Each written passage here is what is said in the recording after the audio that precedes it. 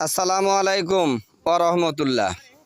এটা হচ্ছে ভিয়েতনামি স্মিতা পাইজাম, যেটার গাছ সুস্থ সবল সুন্দর, অন্যান্য ধানের চাইতে গঠনের দিক দিয়া থোপ এবং একটু হালকা আগাম হয় চাষ উপযোগী ধান।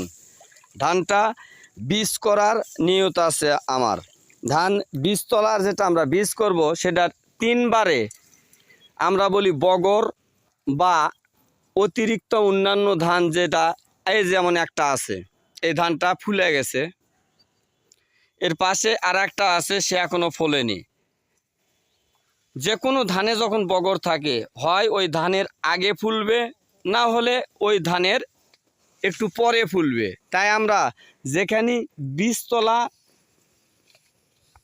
যেই জমির থেকে বীজ রাখবো অন্তত 3 বার অতিরিক্ত এই বগর জাতীয় ধানগুলো তুলে এক স্বাভাবিক ধান যখন গামর হবে বা থরথরে শীষ আসা এইরকম পর্যায়ে অতিরিক্ত ধান একটু উঁচু হবে, তো ওই ধানটি আগে ফুলবে কিংবা একটু পরে ফুলবে। ধানের আমরা বীজ করব, সেই ধান কাটার আগে আরও 2 বার জমিতে ভালোভাবে দেখে নিব যে অন্য জাতের কোনো ধান আছে কি না। এবং সঠিক বীজ রাখার জন্য যেই জমি থেকে আমরা বীজ রাখব অন্তত চারিদিকে 5 থেকে 10 ফিট দূরত্ব রেখে ভিতরের ধানটা বীজ করব।